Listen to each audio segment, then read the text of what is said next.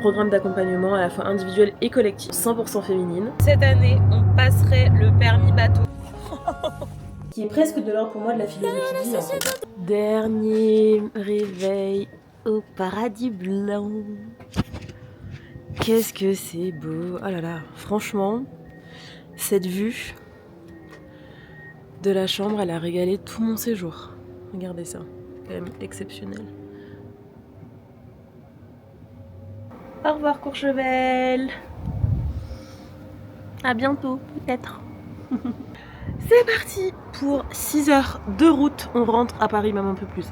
On va retrouver notre petit chien, on va retrouver la maison, on va retrouver le boulot. Franchement, je suis trop contente. J'ai bien profité, je suis bien ressourcée. Je suis bien et j'ai hâte de retrouver mon quotidien actif.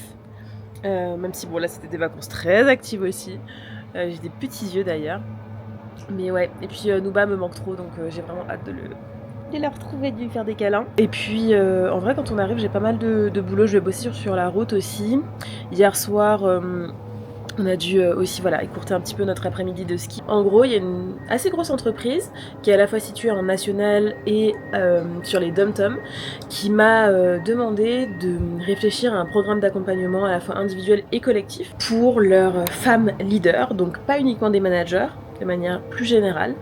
Et donc voilà, je me suis posé bien 1h30, 2h hier pour réfléchir à articuler un programme qui soit vraiment adapté pour cette population-là, une population 100% féminine. Donc voilà, j'adore, c'est vraiment une thématique, le leadership au féminin, qui fait partie de mes top compétences et qui est vraiment au cœur de mon approche. Donc je suis hyper contente, j'adore cette audience et voilà, donc on verra ce que ça donne.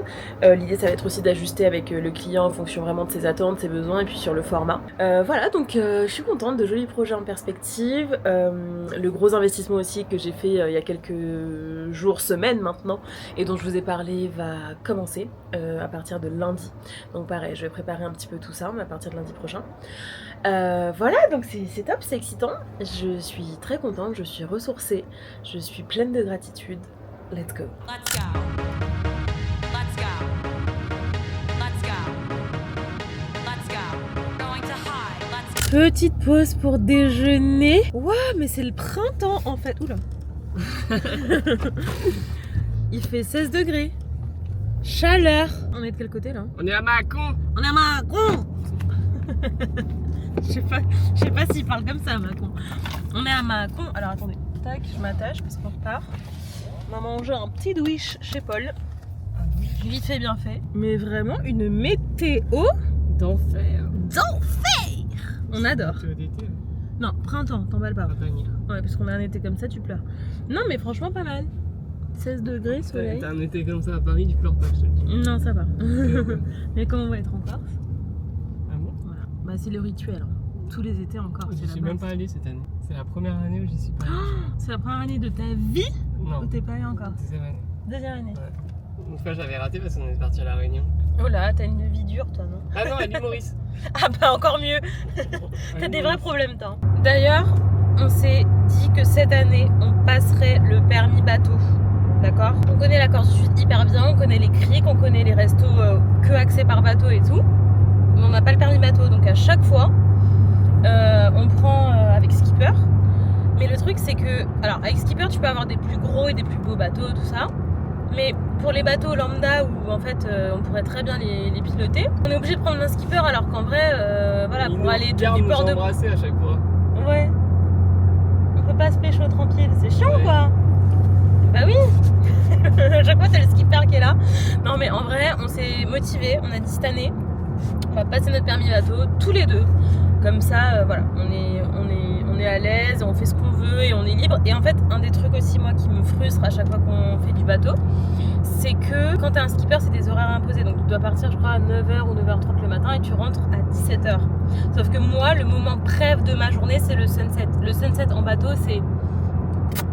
Il y a pas, pour moi, il n'y a pas meilleur sentiment au monde sur cette terre que de faire le sunset en naviguant en bateau. Lui, c'est de descendre une piste rouge avec sa musique dans les écouteurs et de slalomer comme ça. Moi, c'est d'être sur un bateau au sunset. Du coup, pour vivre ça, il faut avoir le permis et avoir ta location de bateau. Bref, voilà, on pense déjà, on n'est pas encore arrivé à Paris qu'on pense déjà à nos vacances d'été.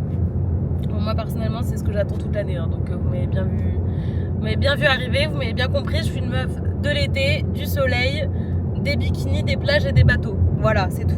Sur ce les amis, il nous reste 3 heures de route. Je suis très contente parce que je m'étais mis une petite déterre là en début de trajet pour complètement cleaner mon disque dur, mon ordi, mon téléphone parce que j'avais plus de stockage, plus rien. Donc là on a organisé tout ça. Je suis au clair dans ma tête, au clair dans mes fichiers. J'aime beaucoup cette sensation.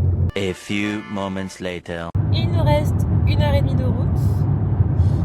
Franchement ça a roulé du début à la fin, donc ça c'est un vrai kiff. Il fait toujours aussi beau, j'ai vu que demain aussi il faisait grave beau à Paris.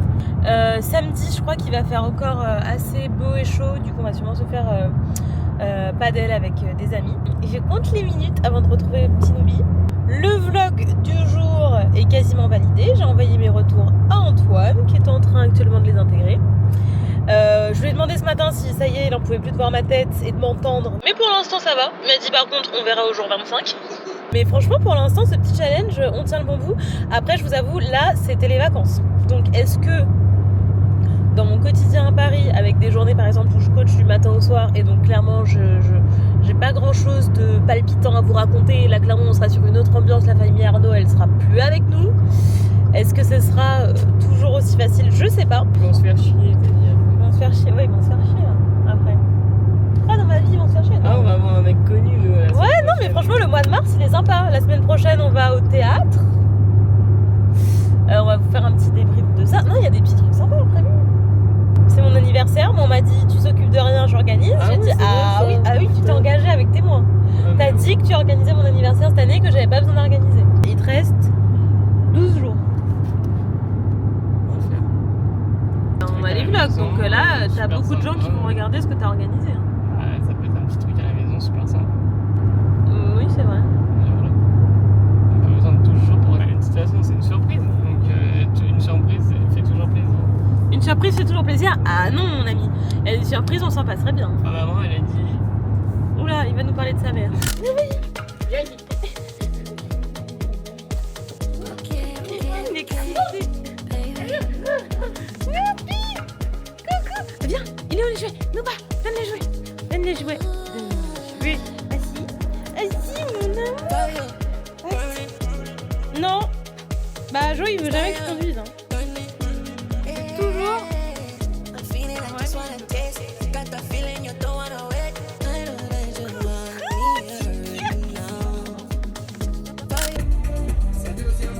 Il me respecte ce chien, non?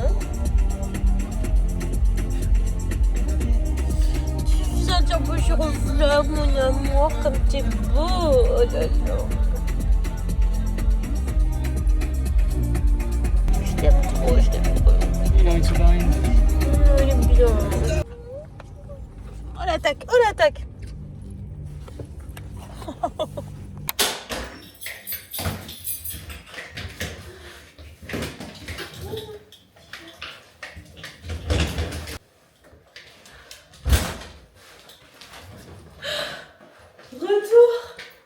À la maison! No, back to Paris! Back to Paris! Tiens!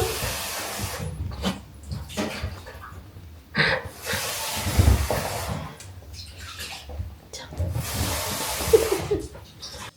On se retrouve dans ma salle de bain, les amis. Je viens de prendre une douche de 30 minutes, je crois. 40 degrés, quel bonheur.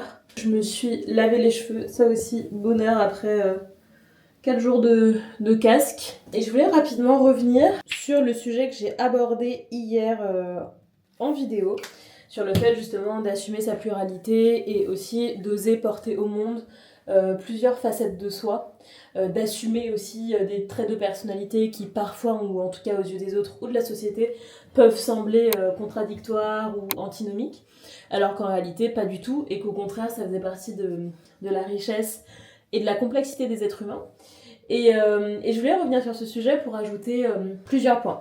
Le premier, c'est que en fait, la manière dont mon client m'a posé la question, c'était précisément parce que dans son parcours à lui, il y a justement un conflit entre ce qu'il aspire à accomplir, à être, à devenir, et en même temps ses carcans, ses limites, peut-être aussi ses croyances fondamentales qui sont héritées, et ça j'en parle tout le temps, nos conditionnements sociaux, c'est-à-dire les croyances dont on hérite, que ce soit de notre éducation, que ce soit de l'école, que ce soit de l'époque dans laquelle on vit, que ce soit de la civilisation de laquelle on est héritier.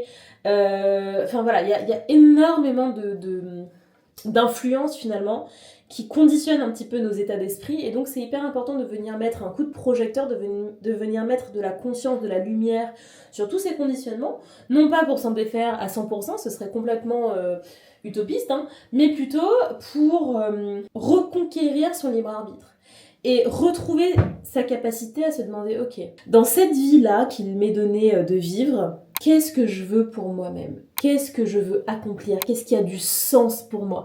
Qu'est-ce qui est source de joie ? De quelle manière est-ce que j'ai envie de contribuer au monde ?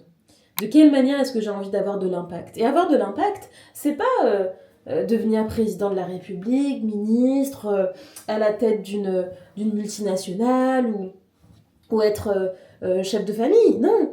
Avoir de l'impact, ça peut être des choses beaucoup plus simples dans le quotidien. Et comme je dis toujours, contribuer, aider, avoir un rôle, être utile, ne serait-ce qu'à une personne, sur une vie, c'est énorme. Est-ce que vous vous rendez compte ce que c'est une vie ? Ce que ça représente, une vie humaine, en termes d'émotions, en termes de relations, en termes de souvenirs, en termes de moments vécus. C'est énorme en fait. Et déjà avoir le privilège de dire « Ah tiens, j'ai contribué », et chacun d'entre nous le fait en fait, à sa manière. Mais l'enjeu est là, dans le « à sa manière ». Et moi, ce que je prône justement, c'est vraiment une philosophie de la sincérité. C'est-à-dire que j'ai vraiment la conviction que chaque personne naît avec des cartes en main, avec un super pouvoir, avec des talents, avec justement ce petit truc en plus. Et notre mission, c'est de découvrir quelle est cette chose, de la cultiver, de la faire grandir, de la perfectionner et de l'offrir au monde de la plus belle des manières, ou en tout cas de la manière qui a le plus de sens pour nous. Ça, pour moi, c'est le plus important. Et en fait, le comment, c'est-à-dire comment est-ce que vous utilisez vos super pouvoirs, comment vous avez de l'impact, comment vous montez votre business, comment... et on revient à des trucs très concrets et pragmatiques. Comment moi est-ce que j'honore ma mission qui est d'aider les individus à trouver leur place, à créer une vie qui les inspire, à concrétiser leurs ambitions, créer une vie qui a du sens, qui est source de joie, d'alignement, etc. Je peux le faire de 1000 manières. Je peux le faire avec une vidéo YouTube, je peux le faire avec un coaching individuel, je peux le faire avec un séminaire d'entreprise, je peux le faire avec un podcast, je peux le faire avec une discussion sur le canapé avec une amie. Donc ce qui compte, c'est pas le comment. Le comment, vous le réinventez tout au long de votre vie. Vous pensez vraiment qu'à 31 ans, alors que j'ai le privilège d'être en bonne santé, de faire le métier de mes rêves, de rencontrer un certain succès d'ailleurs dans ce métier, d'avoir des super belles opportunités, de sentir que j'ai de l'impact, de la manière dont j'ai envie de l'avoir, etc. Vous pensez vraiment que je vais m'encombrer de peur inutile de me dire oh là là, mais est-ce que effectivement si je crée du contenu qui est un peu plus lifestyle, est-ce que mes clients qui sont plus corporate vont se sentir désalignés avec mon approche, etc. Non, parce qu'en fait, c'est pas là que ça se joue. Je vais même plus loin, l'ingrédient numéro 1 de réussite d'un coaching, le facteur clé principal de réussite d'un coaching, c'est l'alliance entre le coach et le coaché. C'est-à-dire cette espèce de relation unique et très particulière qu'on apprend aussi à créer, parce que je le rappelle, mais du coup je suis coach diplômée, j'ai quand même pas mal d'années d'expérience maintenant. Cette relation très particulière, unique, cette co-responsabilité qu'on a entre le coach et le coaché, c'est ça qui fait la réussite et l'impact d'un coaching. Encore plus que les outils, les méthodes, les questions puissantes. Bien sûr, ça fait partie du truc. Je suis la première à prôner une manière d'exercer ce métier rigoureuse, académique, riche, mais c'est ce petit truc-là. Et donc en fait, ça se passe juste entre deux humains. Ça se passe juste entre deux individualités, deux personnes uniques qui se rencontrent et qui créent ensemble ce truc-là au service d'un objectif qui est fixé au départ, qui est l'objectif du coaché. Donc c'est aussi pour ça que je me sens très libre en fait dans ma manière de communiquer, dans la manière aussi de faire mon métier, c'est parce que je sais que l'essentiel se trouve ailleurs et se joue ailleurs. Et donc en fait ça fait aussi un peu un trait naturel, c'est-à-dire que peut-être qu'effectivement, le contenu que je crée, etc., ça pourrait être vecteur de certains jugements, de certains a priori. Mais j'ai surtout la conviction qu'au contraire, ça résonnera avec les bonnes personnes pour moi. C'est-à-dire que ceux qui seront effrayés ou dans le jugement ou dans le je sais pas moi, le mépris ou que sais-je, bah en fait, de fait, ça aurait pas matché avec moi, même d'un point de vue du coaching, même dans une petite case bien corporate, bien voilà. Donc voilà, j'ai beaucoup de gratitude en fait pour cette question que m'a posé mon coaché et du coup la discussion qui s'en est suivie avec lui et puis bah, aujourd'hui avec vous à travers ces vidéos. Parce que ça m'amène en fait vraiment à la fois préciser ma pensée, à la fois vous partager quelque chose qui me semble super précieux, et puis à transmettre, à divulguer ce qui est presque de l'ordre pour moi de la philosophie de vie en fait. Hein. Donc voilà. Pour ceux aussi qui débarquent et qui me connaissent peut-être avec cette vidéo-là, la philosophie c'est vraiment une matière que j'aime énormément. J'ai écrit un livre de philosophie pratique qui s'appelle Le Manifeste Journal et qui est dispo dans toutes les librairies. Du coup forcément je suis passionnée, ça fait 10 minutes que je parle, ce plan il va durer un petit peu plus longtemps que d'habitude. Désolée Antoine, mais Antoine est mon monteur. Mais voilà, ça me semble important, effectivement, parce que je fais pas que du contenu lifestyle, hein, je fais surtout du contenu pour l'esprit et le cœur. Et donc, me voilà avec un plan de 10 minutes. Sur ce, les amis, ce soir, pour ce retour à Paris, on va être sur une petite ambiance très détente. J'ai commandé une cargaison de sushis. On va se mettre dans le canapé avec le replay de Koh-Lanta, parce qu'on n'a même pas regardé les 2 premiers épisodes. Donc voilà le programme de la soirée. Je vous fais d'énormes bisous. Je vous dis à demain pour une nouvelle vidéo. Et d'ici là, prenez soin de vous. Ciao! Chaton! Les sushis sont arrivés? Ah!